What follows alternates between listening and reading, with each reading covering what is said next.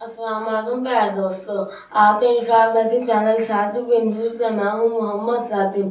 प्यारे दोस्तों, आप ये तो जानते हैं कि टेलीफोन अलेक्जेंडर ग्राहम बेल ने इजाद किया था।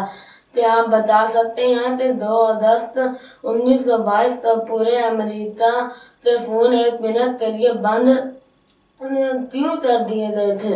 अगर आपको नहीं मालूम तो कोई बात नहीं, मैं आपको बताता हूँ। क्योंकि 2 अगस्त 1922 को टेलीफोन के मौजूद अलेक्जेंडर ग्राहम बेल की वफात की वजह से पूरे अमेरिका के फोन 1 मिनट के लिए बंद कर दिए गए थे। कमेंट सेक्शन में जरूर बताइएगा कि इस सवाल का जवाब किस दोस्त को आता था।